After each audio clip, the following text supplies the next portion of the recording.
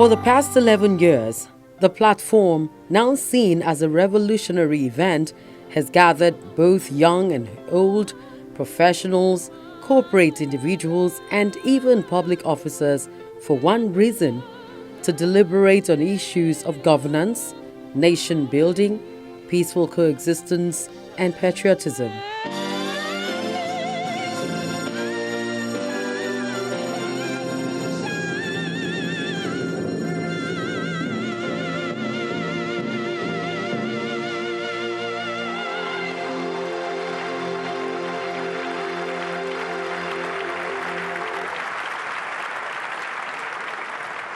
This year's is not an exception, as the focus of talks is on the economic value of Nigeria and how Nigeria can be made to work.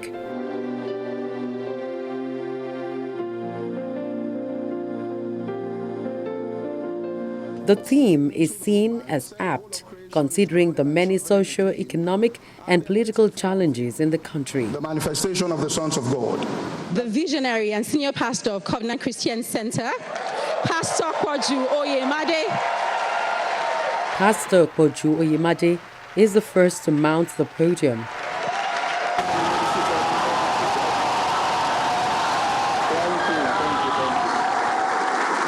Amen. You may be seated. Thank you very much. He's the brain behind the platform and the senior pastor of the Covenant Christian Center. I said there's no need to pray again. Pastor Oyemade is concerned about the young world and what the future holds for them in Nigeria.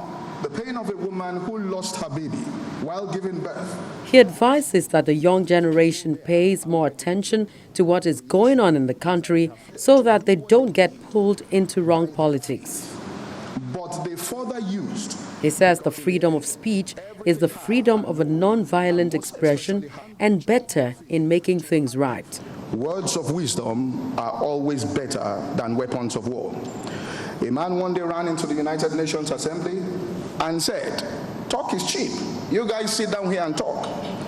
And the man in the United Nations responded and said, "It's because we have been talking. That is why we haven't had any world war in the last 70 years. Prior to what you're calling mere talking, there were 2 world wars in 30 years that destroyed millions of people. The developments that have occurred in the last 70 years in the world have happened without firing any shots. The Berlin Wall did not collapse because any bullet was fired. Neither did China rise today to become a superpower through acts of violence. The real truth is that people are not talking. If people are putting out the right content, using their Twitter handle, Facebook pages to broadcast accurate, and I repeat, accurate and detailed and factual information about what's going on from the local to the federal level, the authorities will be forced always to change. An enlightened populace, and not only well-intentioned leaders, is key to good governance. Freedom of speech, when used intelligently, will always drive the wheels of change. Nations and organizations commit suicide by getting their politics wrong. Politics is the moat, they say, the walls beyond which lie barbarians. Fail to keep them at bay, everything burns. It has been said by historians that the only power comparable as destructive to man as wrong politics might be nature. Nations were ruined and millions died in the last century because of wrong politics. Today in Nigeria, who are suffering in business, not because they are not good entrepreneurs, not because they have not read the right books. Some people in the last 1 year, the value of their company has gone down 30%, not because they did anything wrong as entrepreneurs, but because the politics was wrong. Politics, the crooked timber of our communal lives, dominates everything because in the end, everything high and low, and most especially high, lives or dies by politics. You can have the most advanced cultures, he said, get your politics wrong, and everything stands to be swept away. He went further and said, every generation has come to know that after you have mastered all disciplines, there is one more discipline that you must master. One more thing you need to know on the earth. And he said it's politics because of its capacity. When benign, it allows all around to flourish in its capacity. When malign, it allows all around it to wither. Please join me as we give a warm welcome to Reverend Sam Adeyemi. Pastor Sam Adeyemi is the senior pastor of Daystar Christian Center.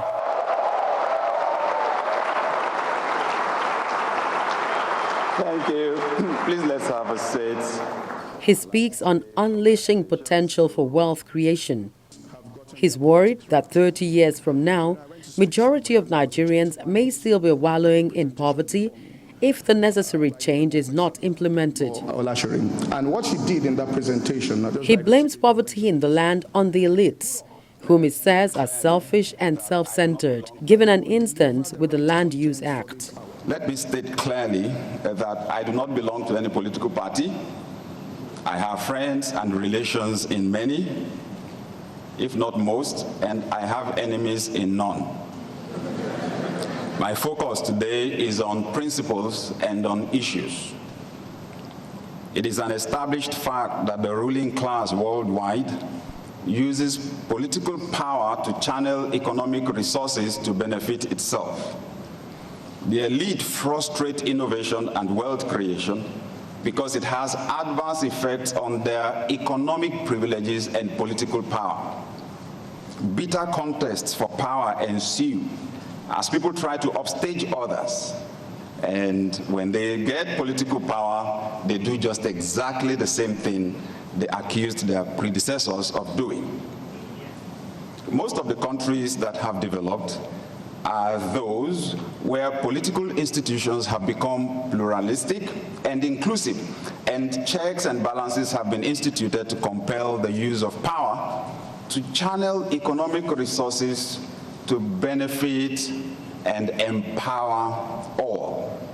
This, I believe, is the most important form of change we need now to unleash our potential for wealth creation. So, in our own country, the elite class makes it difficult, for example, for you to own land, which is the baseline for wealth creation. When it takes you 5 years to change the ownership of landed property to your name at the land registry, how do you derive economic value from it? If you save in pension funds or other funds, they steal the money. They encourage you to invest in the stock market, and then they cash out at some strategic points, leaving you with nothing. You own land, they say you can't own what is under it. They sell what is under it and then spend the money on themselves. You deposit money in banks, and the banks won't loan you the money. Why are you putting your money in the banks? What's the purpose of a bank? So we put our money in the banks collectively, and the bank should be able to give the credit out to give you leverage to achieve your dreams. The banks in our country loan out money. It's just that they don't loan the money to you. Who do they loan the money to? Themselves. For the potential of the average Nigerian to create wealth to be unleashed, we need to be given property rights more easily. The Land Use Act must be removed from our Constitution and must be thoroughly reviewed. With the biting hardship and salary debt owed civil servants by some state governors in the country for many months, Pastor Adeyemi challenges every government official to think out of the box to enable the citizens take them seriously. We must compel the legislative and executive arms of government to rapidly increase the ease of doing business in our country. And then I believe that we must follow our money. No one should be allowed to go into government to get rich. We must all pay attention to the budgets and ask for regular reports on how the budgets are being executed. if you serve us well and you create the platform for people to generate ideas and to actualize their ideas and to prosper, you don't need to steal money while in government. If you serve well, you will be able to leverage on goodwill to prosper after you leave office. Any government at any level that does not expend most of the budget to build world-class infrastructure to make it easy for us citizens to prosper from now should be voted out. These are the issues we need to discuss when it's time for the elections. Any party, political party I mean, that does not promote democracy, that is internal democracy, allowing anyone and everyone to contest their primaries, should be punished at the elections. Let us join the political parties en masse now for the sake of our future and that of our children and grandchildren. Change must begin within the parties. And if it is possible, when you get in there, contest for the primaries.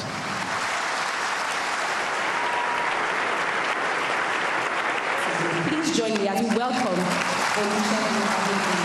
It's his turn to speak. He is a journalist and a former special advisor on media and publicity to late President Musa Yar'Adua. How many people are married there? Mr. Segun Adeniyi speaks on the topic between luggage economy and knowledge economy, the way to go. Get treatment for $25. Mr. Adeniyi wonders why a country noted to have smart people remains unproductive. And that is His concern is for the country to invest more in education for the youth. And after several hours, when they couldn't find him, So far, the national budget is yet to meet up with the UNESCO demand of 26% of its budget allocation to education. the only place that owes a promise to the future is the one we have cynically neglected. We no longer invest in education, science, and technology. In fact, at the time dollars were being allocated in Aso Rock, funding the education of Nigerian children was publicly declared as not one of those priority areas. Political office holders who themselves have their children schooling abroad were preaching hypocritical sermons, making it look as if it was a crime for other Nigerians to want the best education for their own children. But now to the question, what exactly do I mean by luggage economy? Simply defined, a luggage economy will be one that follows the normal curve of heavy industrialization and cargo-based international trade. It is a model whose developmental impact depends on a trickle-down flow and the provision of conventional employment. In the world of today, luggage economy can at best help with basic infrastructural development. It cannot lead to a democratization of wealth and a speedy creation of a new class of wealth creators. For sure, there is room for some luggageism, I'm calling it the word, at the apex of economic activity, but there is a limit to how that model can make billionaires of citizens not born into wealth or who do not have access to illicit funds.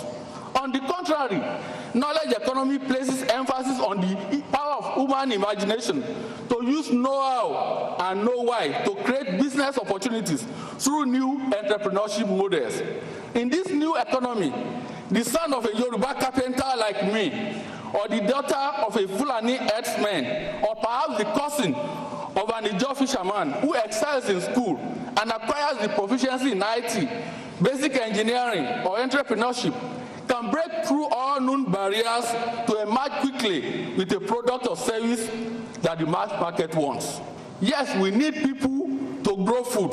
We need people to manufacture things. And we need people to buy and sell. But we are not even doing any of those things well. And education accounts mostly for why. With greater application of knowledge, we can do things much smarter, much more efficiently, and much more productively.